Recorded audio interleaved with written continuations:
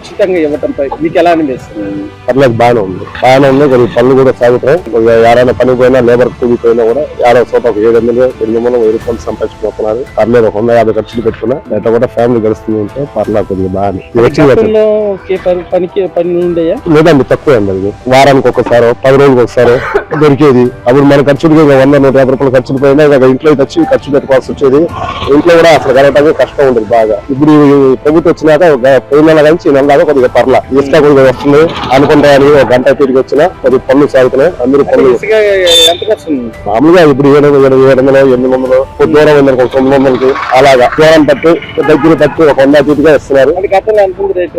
5,000, 6,000 దాకా 7,000 కూడా పోయింది. అది ఎవరైనా కొద్దిగా గోడ కట్టించుకోవాలన్నా కూడా కలిసేవాడు. ఏంటంటే ఇది 10,000 పెట్టి ఇసుకొని బేసులకి కట్టి ఇవన్నీ కట్టి 20,000, 30,000 యాడ్ చేసుకునే సోమతి లేకుండా ఆపుకునే వాళ్ళు. ఇప్పుడు అదే కూడా ఇప్పుడు పర్సెంట్ ఇప్పుడు కడితే ఈ నెలలో ఒక 8,000, 7,000, 6,000 అయిపోయింది.